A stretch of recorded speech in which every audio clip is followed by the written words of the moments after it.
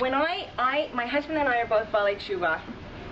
I know there's a plural for that, but forgive me if I'm not saying it the right way. And it's an interesting thing. We all have our unique experiences when we're becoming Balei Tshuva. And I remember, so many of the questions, which I'm not going to get into. I'm certainly only going to address the pertinent ones for today's talk. But I remember, as I was becoming from, I used to say to my husband, I'd say, I was always kind of health-focused, I must say. And I'd say to my husband, how is it that, when you become religious, it just seems to get so difficult to maintain a healthy focus? I see some people nodding their head. If it's not certainly, and it's so beautiful, but that we're celebrating Shabbos every week, and it's bounty, right? All of the wonderful foods and the joy in preparing them. Then it's all the Yom Tovim, and then certainly all the challenges if we want to travel and we want to be outdoorsy, which I love to be. Making sure you have kosher food with you. But if you don't, then what are you going to do?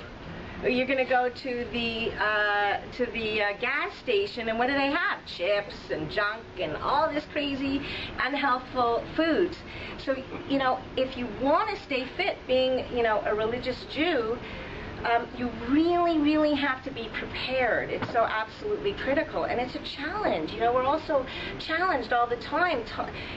Religious people, if we're blessed with, children, a number of children, and it's costly, as we all know, to bring up children and send them to religious schools. So hence what happens? We're racing to work and earn a living so that we can support our children, being sent to religious schools, being sent to seminaries and yeshivas. One of our sons is in yeshiva this year. So what I'm trying to say is, with all of that hectic lifestyle, what happens is something's got to give. Something's got to give. So what I found as we were becoming Balei Tshuva, I thought, well, I think what I'm noticing is that our health is what is giving. We don't have as much time to focus inward. We have time to focus on Hashem, but to focus on other elements of focusing inward in terms of, eating healthfully and being fit and getting out there and doing yoga and doing whatever it is that we truly love, that is going to give us the energy that we need for the hectic lifestyle that we lead. Now, what I want to say is that, being, if I must say,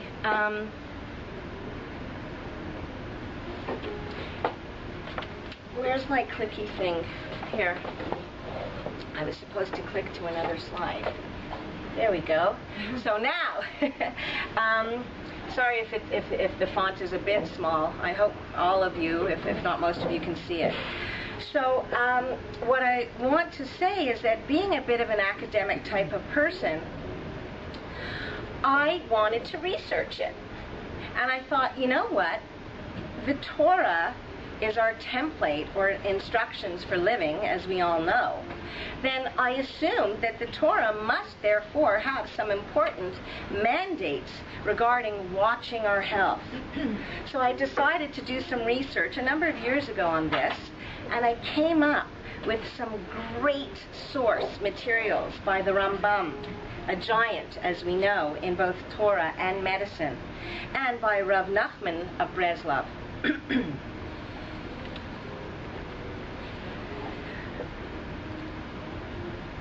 I have also used, in addition to the sources that we're going to see a little bit more of, I've also used as sources for today's talk previous articles of mine that had been published in, maybe some of you are familiar with Perspectives newspaper. It's a newspaper that I think comes from, I don't know, the Babav community. I'm not sure. I've written some articles on health and wellness for Perspectives, as well as numerous articles. I wrote and had published a monthly column called Mind, Body, Spirit for the Canadian Jewish News for 2 years. So I actually referred back to some of that material, as well as materials from the Azamra Institute, whose mission is to spread the teachings of Rabbi Nachman of Breslov.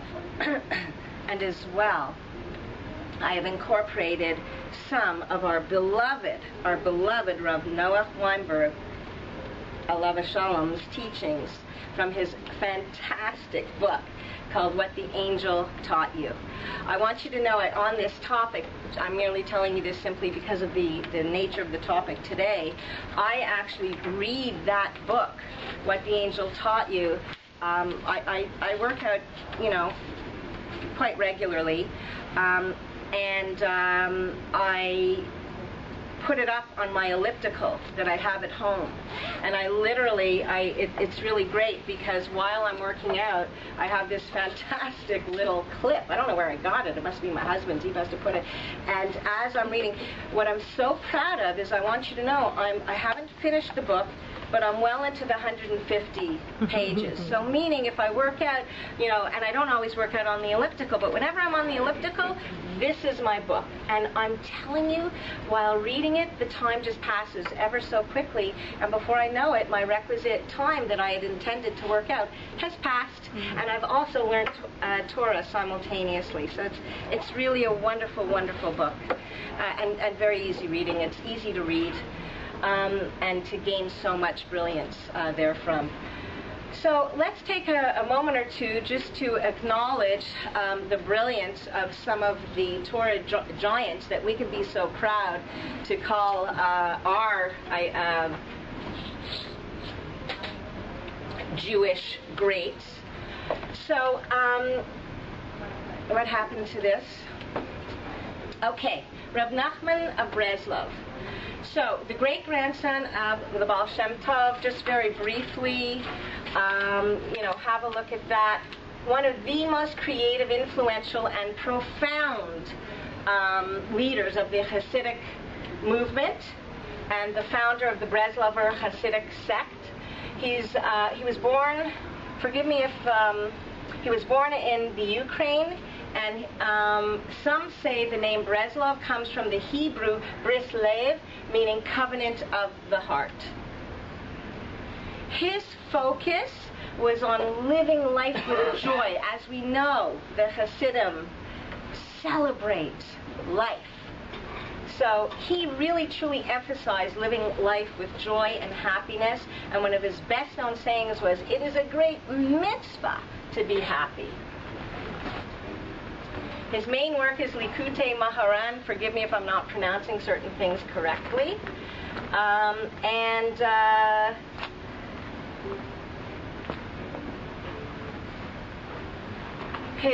One of his works here I brought with me today called Crossing the Narrow Bridge. And you can have a look at these books later on, and he has a whole section on health and wellness as well. Moving on. I was so sad to hear that he passed away at the age of 38, and yet he achieved so much incredible greatness, by the age of 38.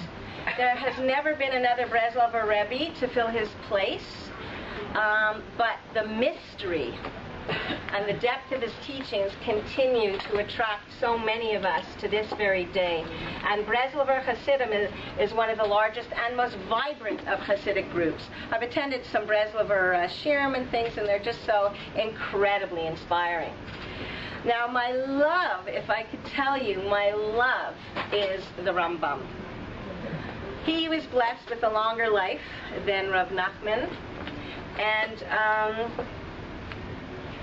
he's also otherwise known as Maimonides, and his name is based on the acronym of Rabbi Moses ben Maimon, the Rambam. He was born in Spain, and he died in Egypt. And just quickly, he's so special. He's a physician and a rabbi and the most brilliant intellect and philosopher. He is known to be one of the most prolific Torah scholars and physicians of the Middle Ages.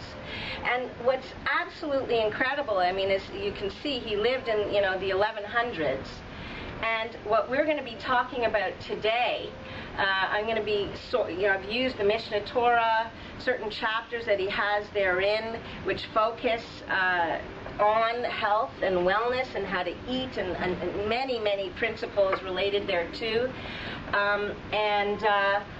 I can't, when I started researching it and reading all of his teachings, the Rambam's teachings, I just couldn't get over. It's timeless. It's relevant to this very day. Why? Because truth, as we all know, is timeless. It's timeless. Okay, moving on.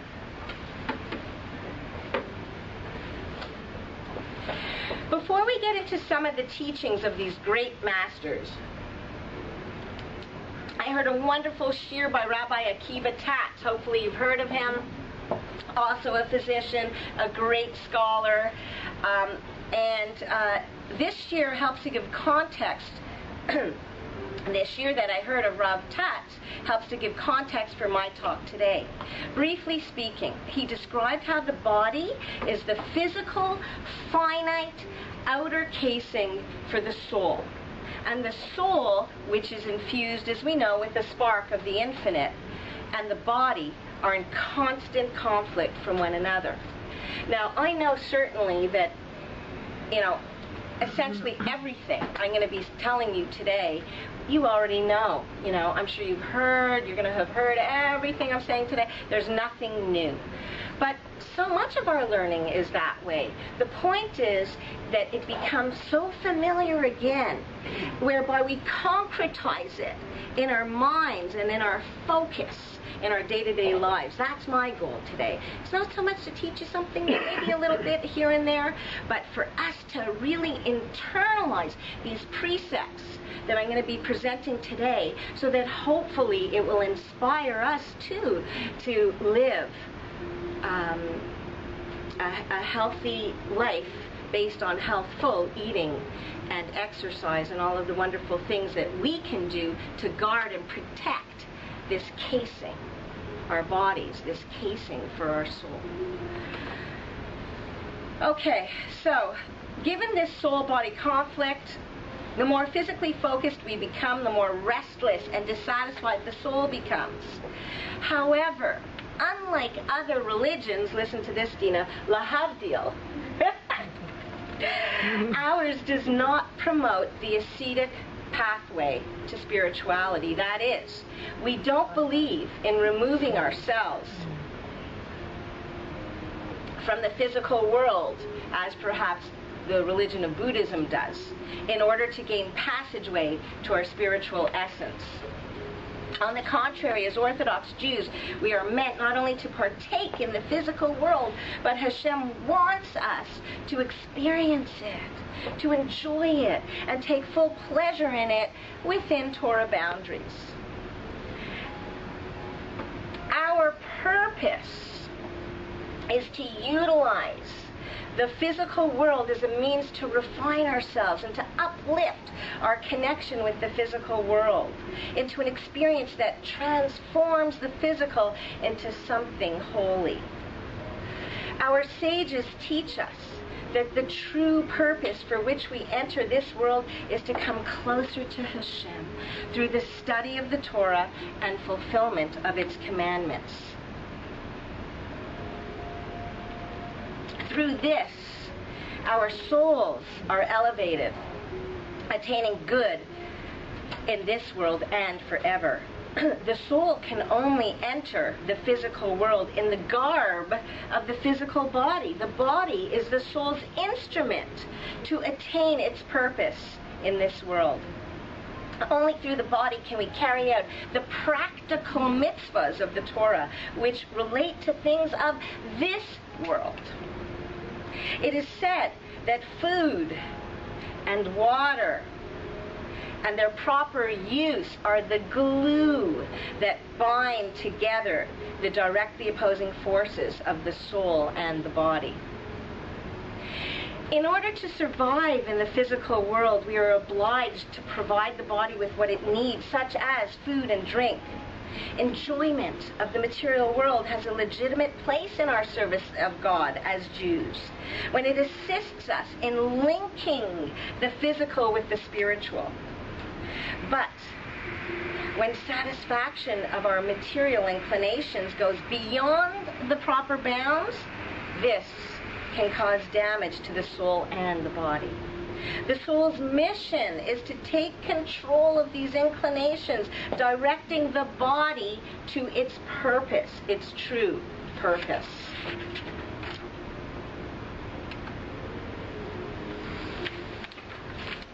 To ensure that the body will be a fitting instrument with which to perform the mitzvahs God has commanded us to protect and guard our bodies. Guard yourselves, quote unquote, and guard your soul very carefully, Deuteronomy.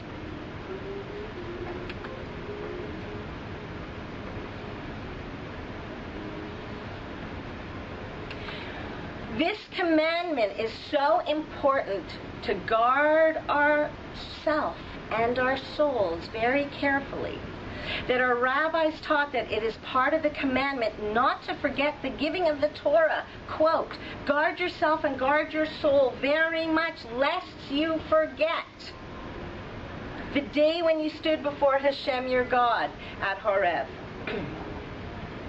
Also from Deuteronomy. The classic commentator Kli Yakar explains that guard yourself means take care of the body. Bodily health is the foundation for keeping all the commandments of the Torah. Anything I have in italics is a direct quote from the Torah or from the Rambam or from one of our great thinkers.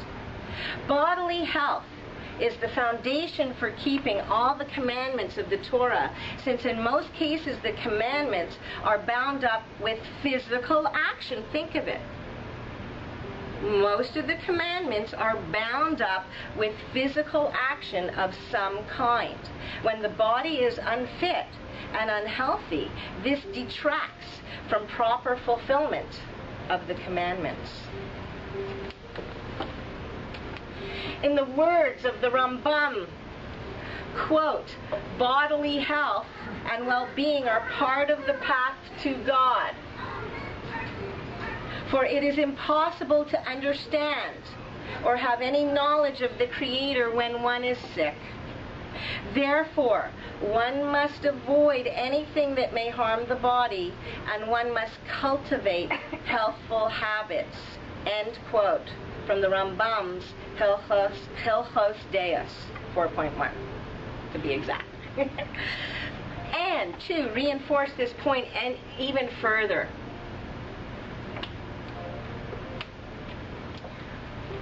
man's use, and these are quotes, this is from Rabbi Moshe Chaim Luzzatto.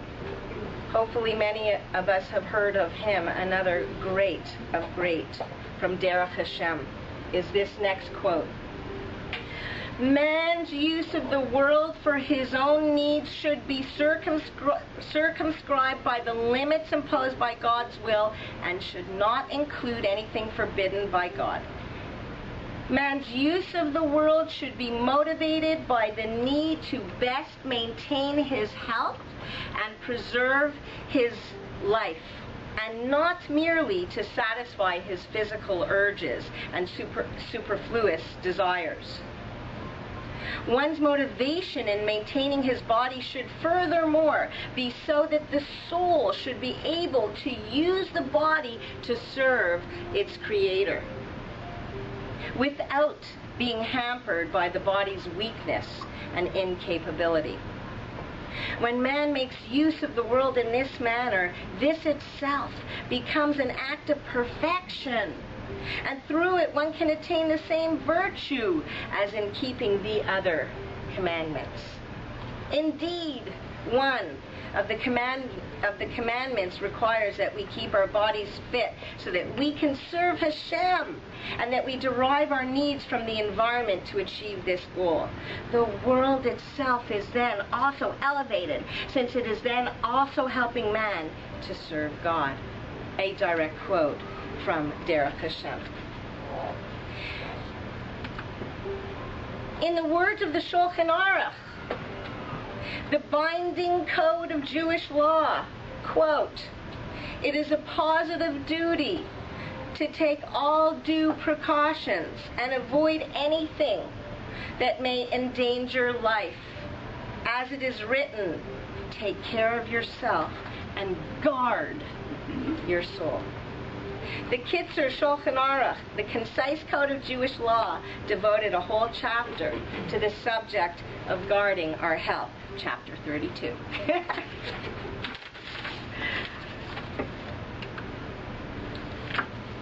The time, place, and circumstances in which each soul is born into this world are decreed by Hashem.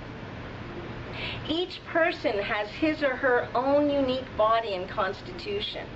Not everyone is born with the gift of a healthy body. When we are born with this precious gift, we must be grateful to Hashem for his kindness and do everything in our power to cherish and protect that gift of health.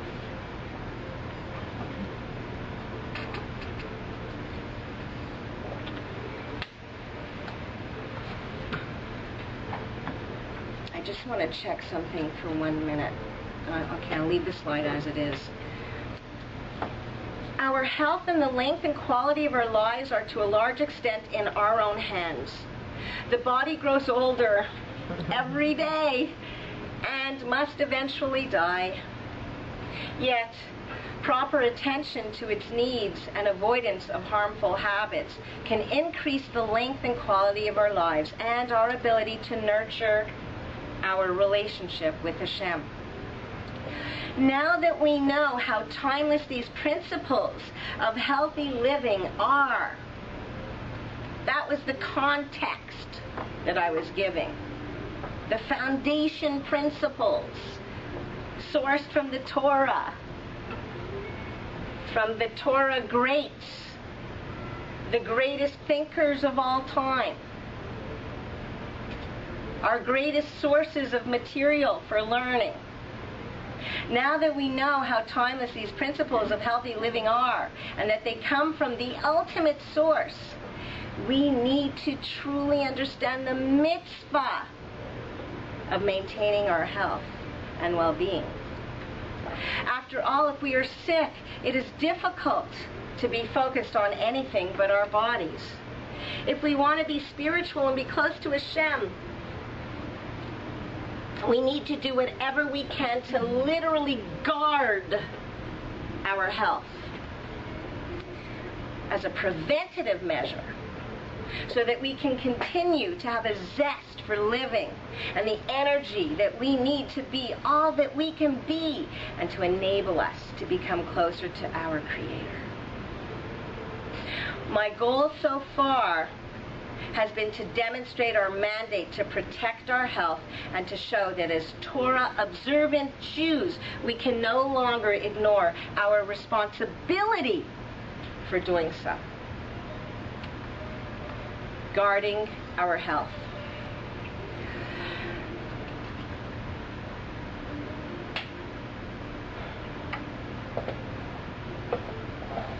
Guard yourself and guard your soul very much.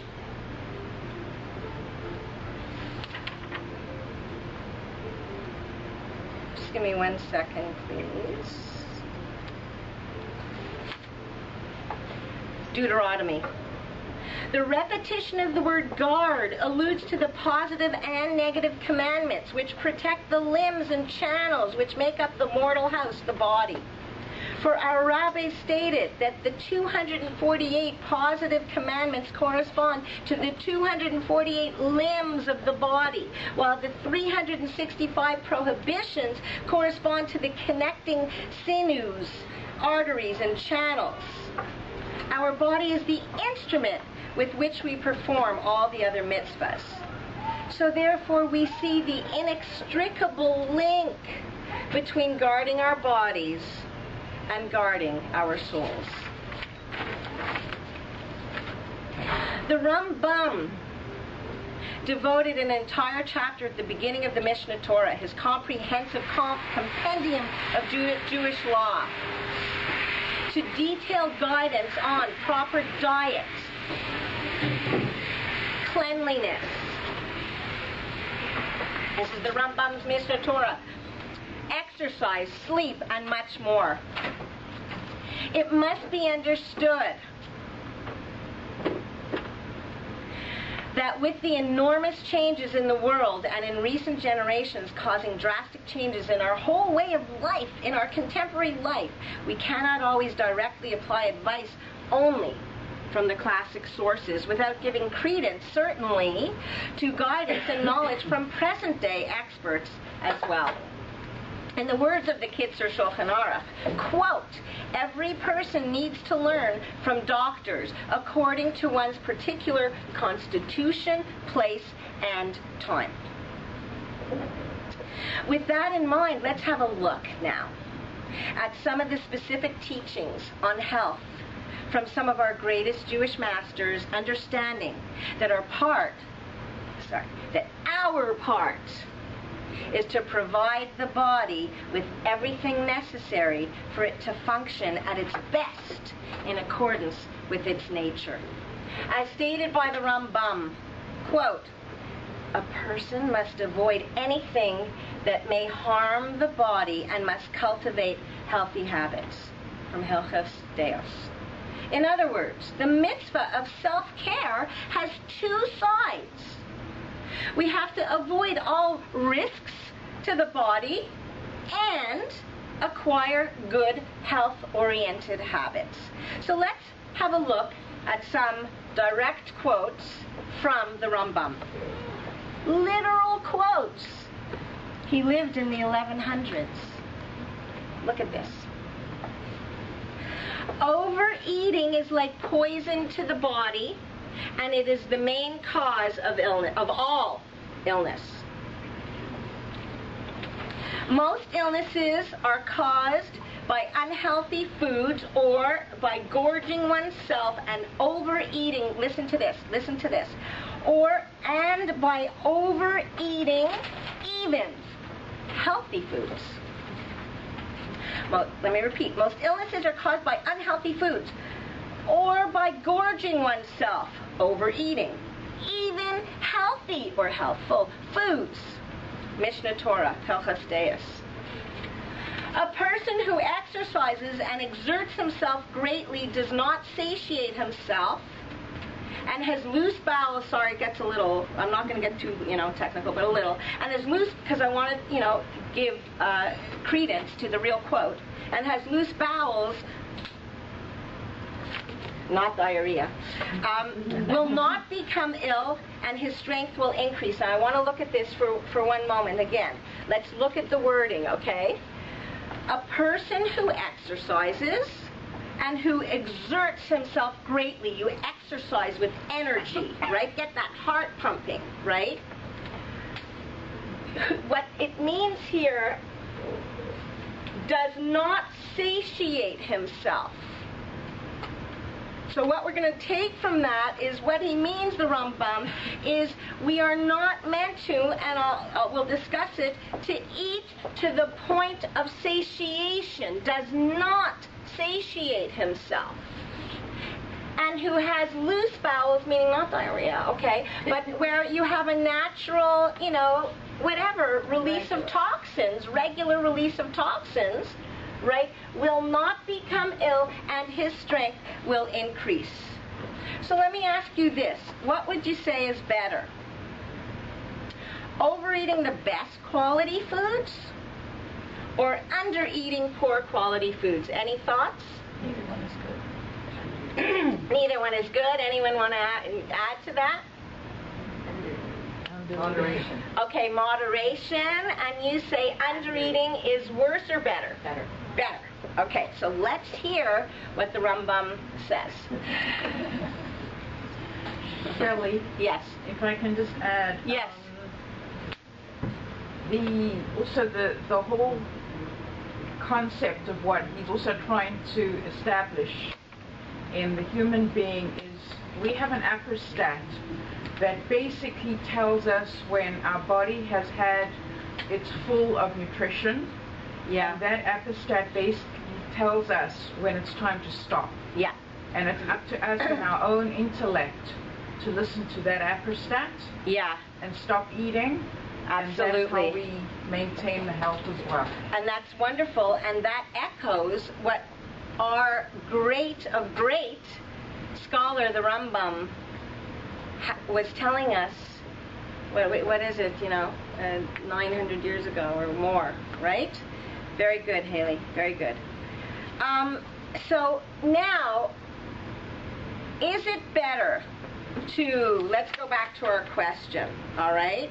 Is it better to overeat the best quality foods or undereat poor quality foods? Okay? We said eat in moderation, undereat poor quality foods. So what does the Rambam say?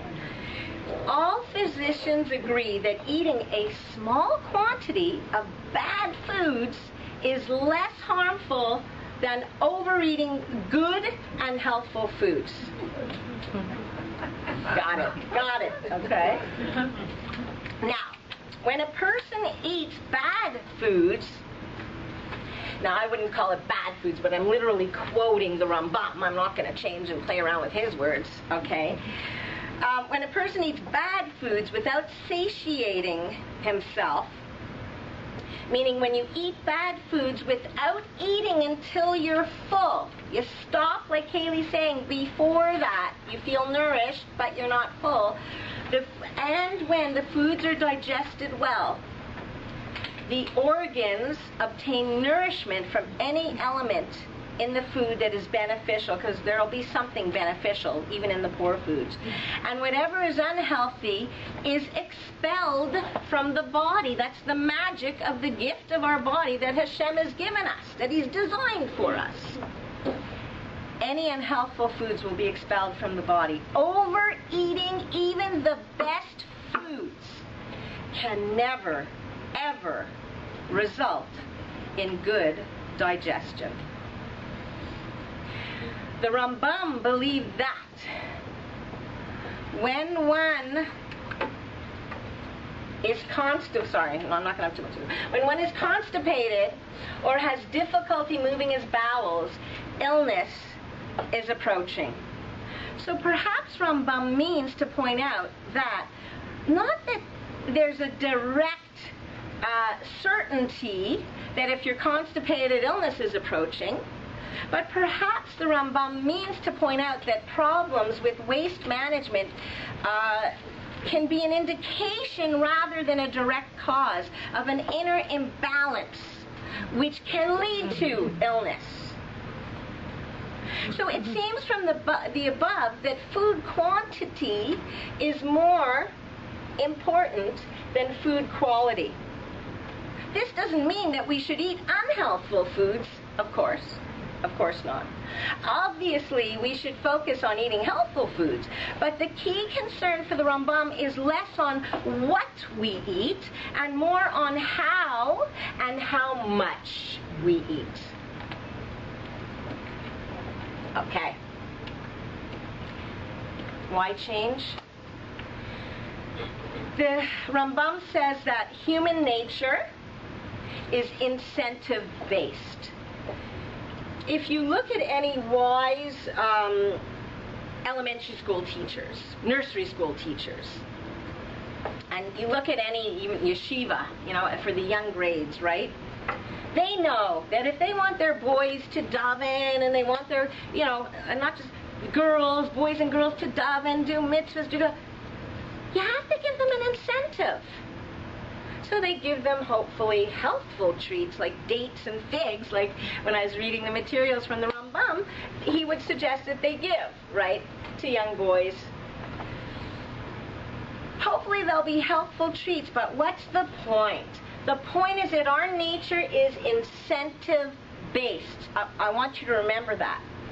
Because, ultimately when we leave today, and I have a little bit more, hang in there with me. when we leave today, it's up to you to decide how you're going to move forward. Are you going to really focus on internalizing and bringing to fruition the mitzvah of guarding your health so that it will enable you to come closer to Hashem? But so you have to understand the human psychology. The human psychology is that we need incentives. What incentive are you going to give yourself? It's right there. Human nature is incentive-based. Human nature refuses to make changes if the new choice provides less enjoyment or causes more distress than the current situation. However, most of us realize that even if a new way of life is perhaps less enjoyable, but practically will provide a greater advantage, then we will want to change. The Rambam says that there are generally 4 incentives that constantly motivate us to greater or lesser degrees to gain overall health. 1, external appearance. 2, optimum health and disease prevention. 3, emotional health and personal development. And 4, spiritual development. These are the 4 incentives that the Rambam says constantly motivate us to gain overall health. So let's have, just a brief look at each of these 4 things. So the first one is external appearance as an incentive for change. Our society is very focused on the externalities, whether we like it or not. Most people do judge a book by its cover. It is therefore no surprise that the beauty, fitness, and weight loss industry is one of the biggest and fastest growing industries today. The Rambam writes that the Torah took this aspect, listen to this, of human nature into account. It says that a Kohen who had a blemish could not serve in the Beis HaMikdash. Thus, concern for external appearances can be a very powerful incentive for making lifestyle changes. Should it be our only driving force? Probably not. In fact, according to many Torah sources, we are expected to look presentable, neat, and pleasant in appearance. Rashi, Devarim. Presentable, neat, and pleasant in appearance. 2, our other incentive for gaining overall health.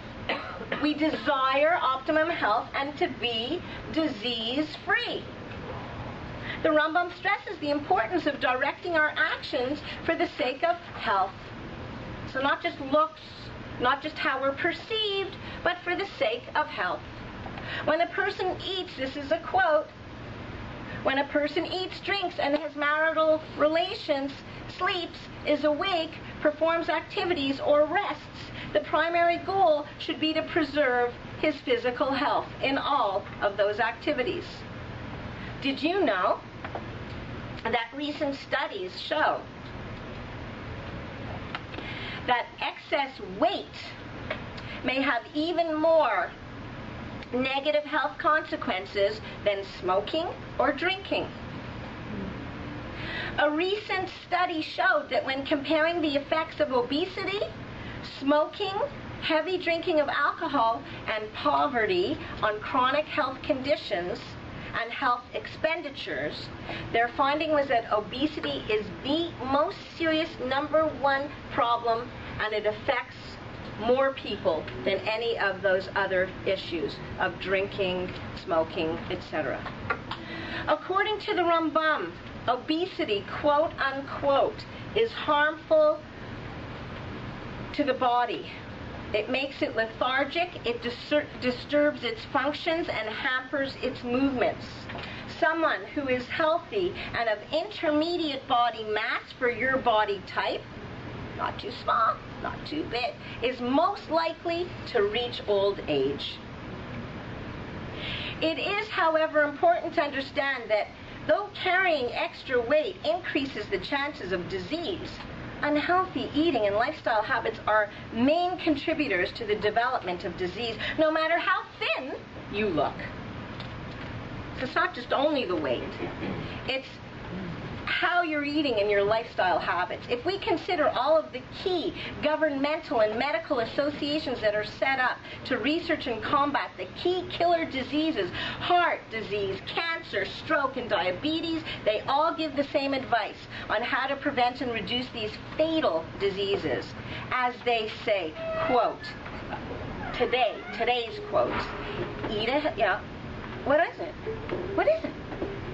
Eat a healthier diet. Simple principle. Eat a healthier diet, exercise regularly, lose weight, and put a stop to harmful habits that contribute to the risk of these diseases. That's a current day quote. Number 3. What else motivates us towards having, a healthy focus in our lives? Emotional health. We desire to have emotional health and personal development. Dietary and lifestyle habits directly affect our emotional well-being, our behavior, and even our thought processes. Dietary and lifestyle habits, bad habits, quote, from the Rambam. Bad habits such as bad eating and drinking habits harm one's behavior characteristics. Now we're getting into midos. While a good regimen greatly improves one's behavior characteristics. Now we're getting into that link, the body-soul link, right? The constitution of the body affects the qualities of the soul. That is, our physical health affects our emotional health. Since eating habits affect the constitution of the body, it follows that our eating habits also affect our behavioral characteristics. The Rambam says in More Nevuchim, quote unquote, the third class of evils comprises those which everyone causes himself by his own actions. These originate from excessive desire for eating, drinking, indulgence in undue measure, or in an improper manner of eating bad food. So he does bring up the bad food, good food thing. This brings disease upon the body, and the soul. So, sure, we must eat healthful foods, but if you have a choice, it's better to undereat not such healthful foods than to overeat high-quality foods, right? Spiritual development is our fourth, the Rambam says, our fourth motivation for trying to, integrate a healthy lifestyle into our lives. Spiritual development. The Rambam begins his famous chapter on health with the ultimate reason for achieving optimum health.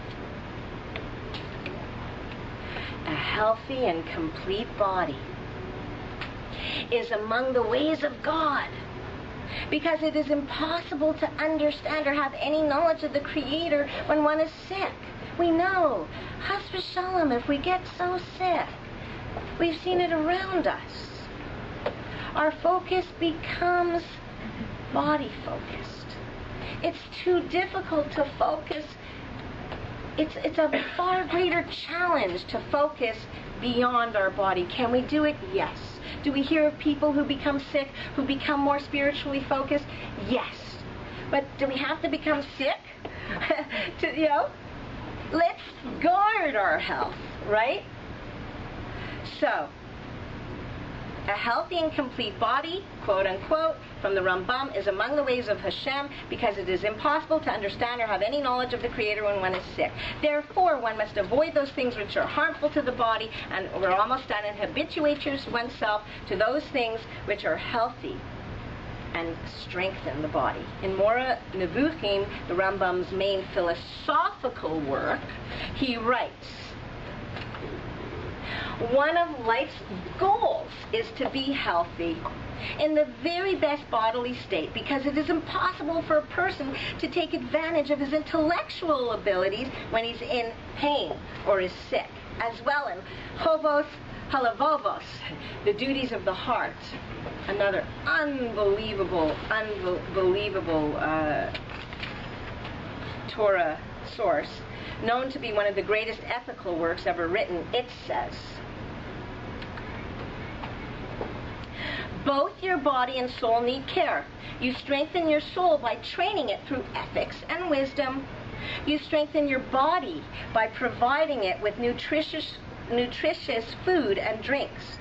If you attend to the body alone, you neglect the purpose of the soul. If you focus on the soul alone, you neglect the needs of your body. Don't neglect your body's necessities, overwork, or weaken it, because this will lead to the weakening of both your body and soul. Okay, now we're going to get a little bit more specific, and then we're going to wrap up. Okay, so I do appreciate you hanging in there with me. A little bit more to go. Some specific ideas from the Rambam regarding, in terms of guarding one's health. Change gradually. Don't feel overwhelmed and that you have to change overnight. It is that very approach that tends to lead to failure.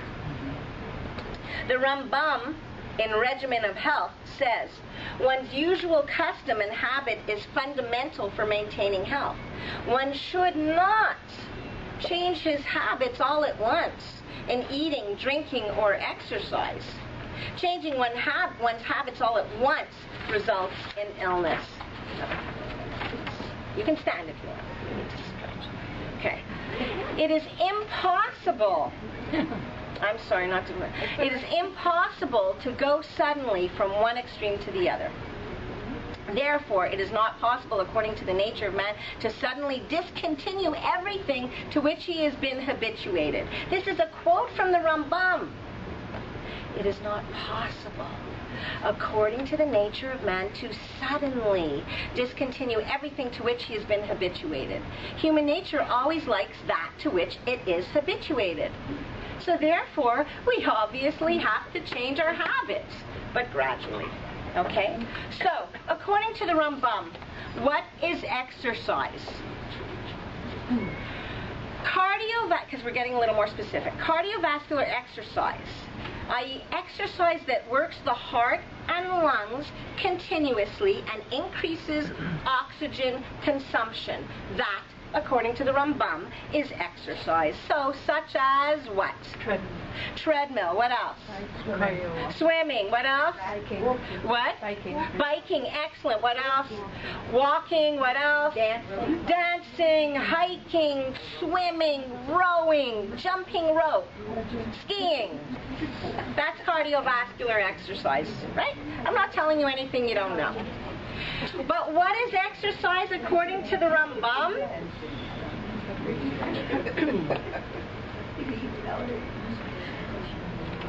Yeah, we're going to have some cardiovascular exercise, we said. Toning and strengthening exercises, we as women, as we age, it is essential not only to do cardio. If you're doing cardio, amazing. But it's essential to also tone and do strengthening exercises to build muscle mass and bone density, which increases metabolic rate, which is enormously helpful for long-term weight control. Does someone who's coughing need water? I'll be okay. Are you sure? You promise? Because we have tons of water bottles. You want to pass this lady a water bottle, please? Yeah. Let's go. And anyone else? Anyone else need a water bottle? Seriously, put up your hand. Let's get the water bottles going. We're almost going to be done. We have more here. And we can get more here. More, if we need. More water, if you want. We're going to go in and get water bottles. Here, you know what? I just want to pour in my glass. Or pour in your glass, and we can get some more here. Okay, there's lots I'll use there. this glass. Take a minute, take a sip I don't need the whole. before I wrap up. There you go. Take that, and here's your cap.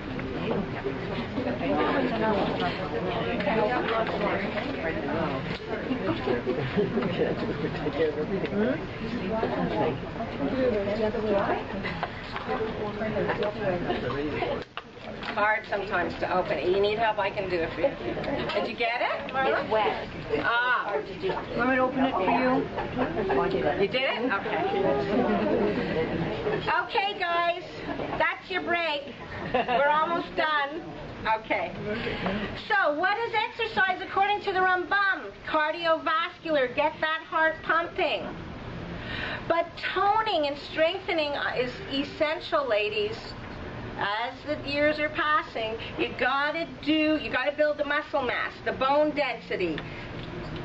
Exercise included in this category are those that use weights or your own body weight. So what do we do that uses our own body weight? Yoga, yeah. What else? Sit-ups. Somebody said sit-ups. What else? Push-ups. Push-ups. Excellent, excellent. Those kind of ab crunches, squats. Okay, it's all using your own body weight. And then the third key category of exercise is stretching. Absolutely essential. We do stretching to both warm up and cool down so as to prevent injury and to allow mobility and agility, which we don't want to give in to the aging process. To the best of our ability, our body may be beginning to feel like it's going like this, but are we going to let it? No, we're not going to let it. We're going to keep stretching and doing what we can to maintain our agility and mobility. The Rambam says the definition of exercise is physical movement that alters respiration, resulting in deep breathing and at a faster pace than usual. Begin exercise. This quotes from the Rambam. One should begin exercising slowly, increase the pace until he reaches the optimum level of exercise. After exercising, one should do expansion, stretching, and contraction movements, etc., etc. We should try to exercise all the limbs of our bodies. There should be some balance in terms of how we exercise, focusing at least throughout a week on all of the parts of our body. Okay? Another fundamental component of exercise, listen to this. Oh, he knew our psychology. Is that there be an element of joy that is associated with exercise. We need to enjoy the exercise that we choose to do, and we must understand how exercise can lead to joy. Okay? The Rambam says, the best type of exercise is that which influences the soul and causes it to rejoice. You're going to exercise, find what you love and do it. And if you do something and you don't love it, you're going to stop doing it. Find what you love and do it, and it truly will increase the joy in your life.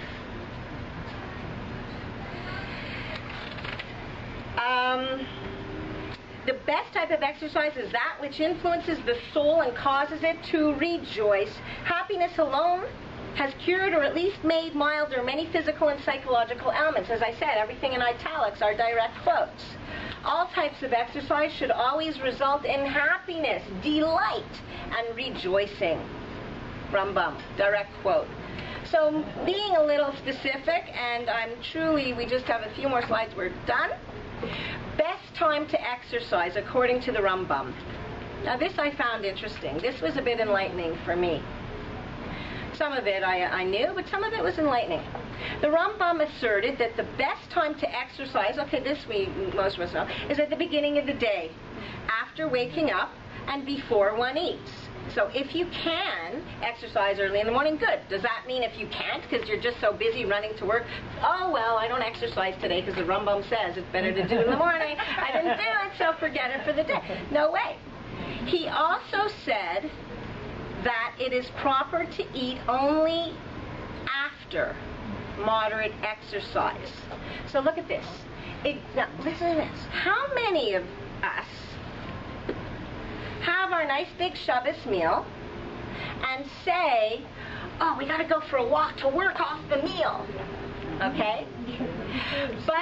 And this seems right to me what the Rambam's saying, because remember, we also have to be attuned to what our current day experts have to say. But all of this, when I was researching it, it sits right with me. It makes sense, right? So listen to this. Quote unquote, exerting yourself after a meal ruins the digestion and can lead to serious illness.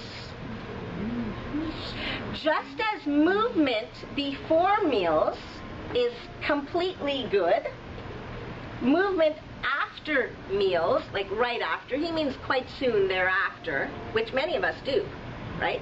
We feel guilty about how much we ate, so we get those running shoes on and we get out there. But you're supposed to wait. So just as movement before meals is completely good, movement after meals is, according to the Rambam, completely bad. Because the food is being digested in the stomach, and it can spread through the body prematurely without having been digested sufficiently. Doesn't that ring true? Yeah. No. Yeah. It does. It does. But that's why you also do your own research, and you choose for you what you feel right. One should not eat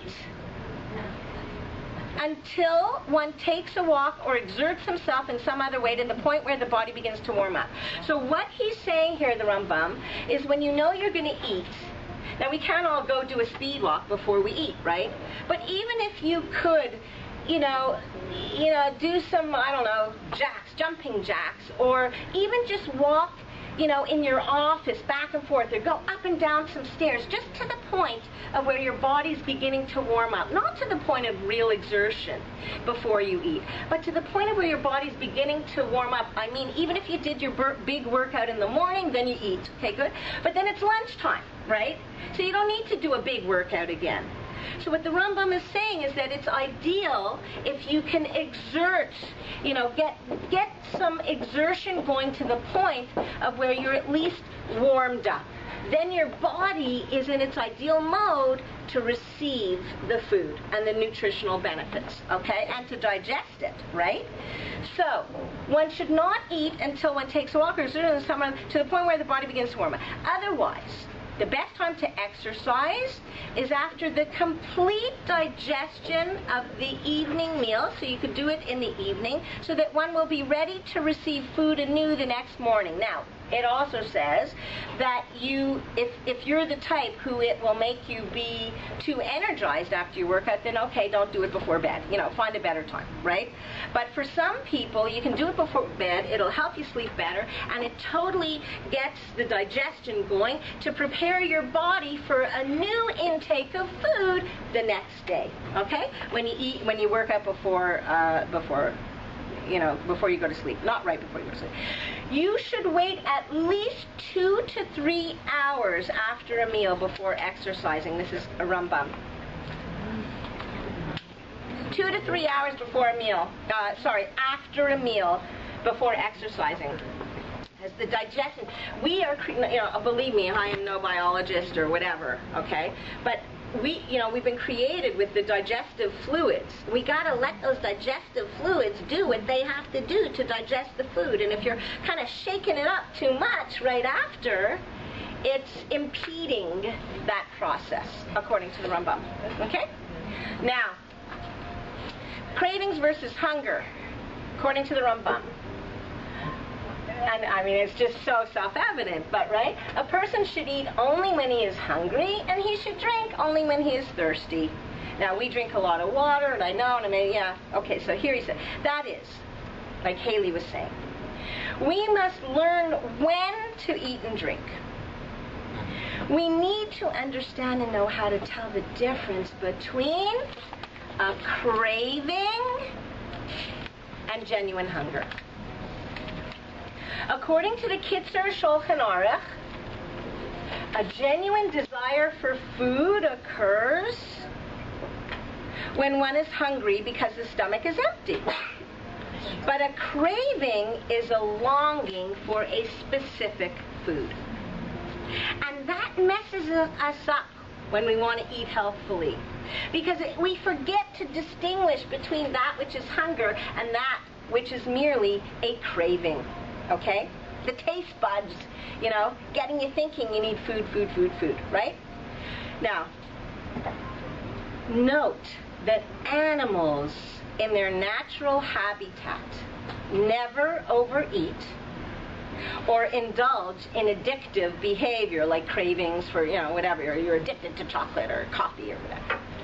Animals in their natural habitat never overeat or indulge in addictive behavior. In fact, a deer will walk calmly in front of a pack of lions that have already made their kill. The deer instinctively knows that a lion will not eat more than it needs. Water.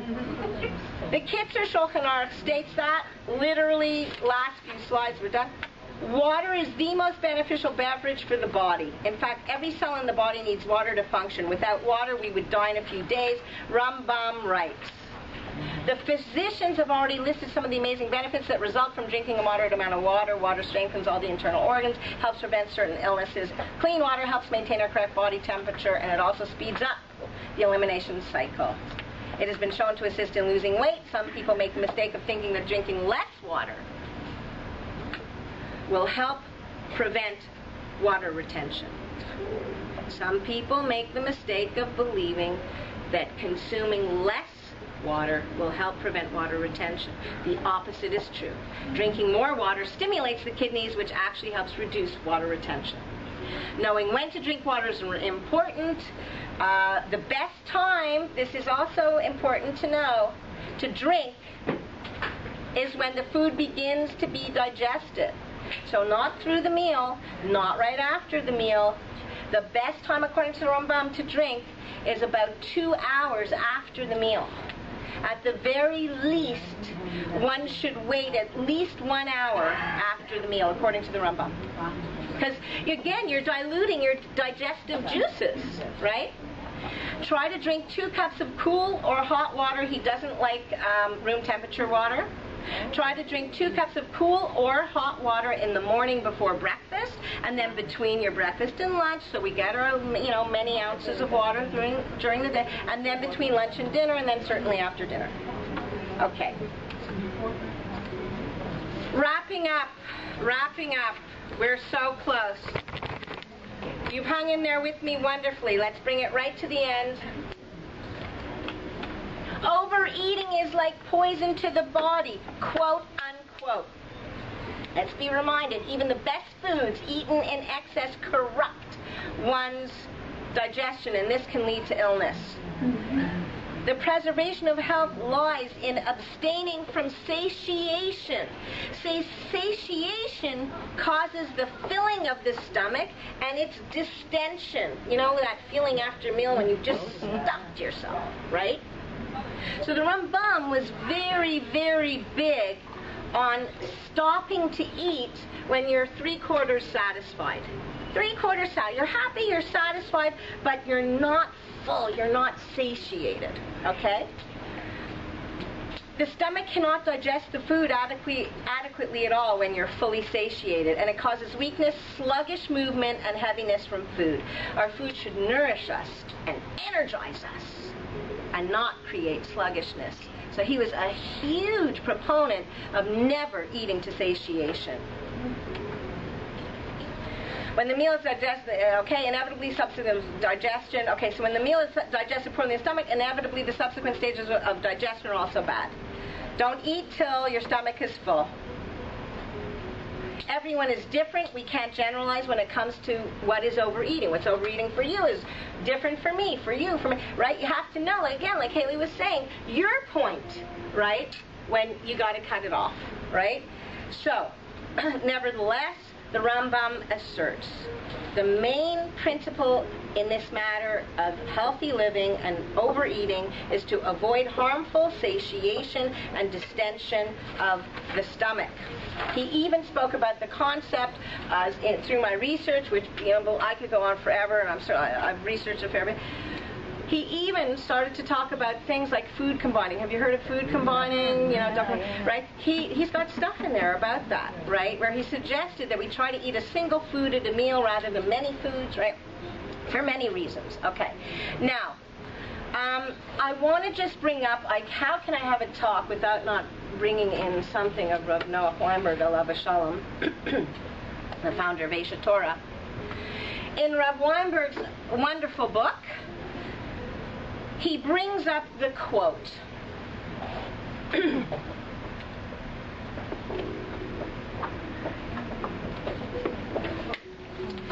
The righteous talk to their bodily desires, while evil people let their desires talk to them. Who is running your show? To summarize, guarding our health is a mitzvah, and that's what I wanted to bring forth today. It's not just a desire. It's a mitzvah that enables us to get close to Hashem. Are you a frum Jew? You want to do mitzvahs? You want to be closer to Hashem? Guard your health. How to do it. Life-transforming diet. You can have a look at it. It's all based on the Rambam's precepts. There are many things. It's not only that. I'm not going to tell you what to do. You'll figure out your own thing for you. Your own system that works for you. Right? The Rambam's main principles of health, just final review, are timeless. Overeating was, is, and always will be unhealthy for human beings. Leora, just close the door just for as my final wrap-up. Thank you.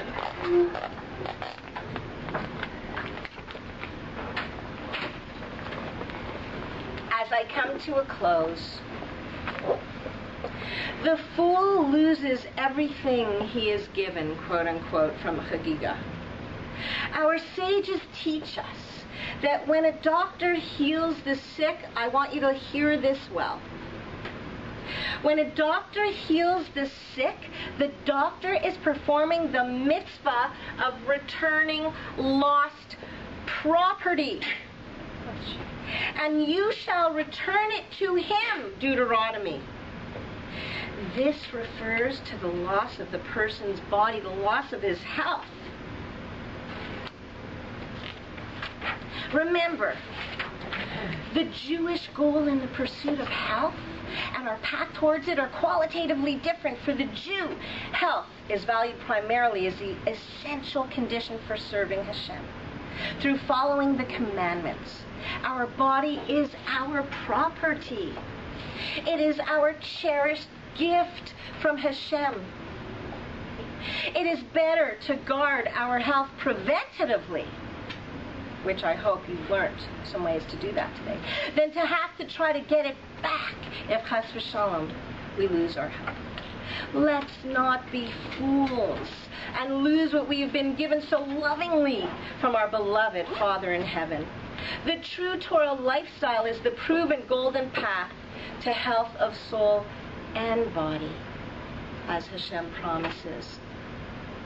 As the Rambam succinctly states, one should direct all of his activities regarding physical health and personal existence so that his limbs will serve as the perfect media for the powers of the soul. This way, your soul will be able to perform ethical and intellectual activities without interference. In this way, one will be serving Hashem constantly.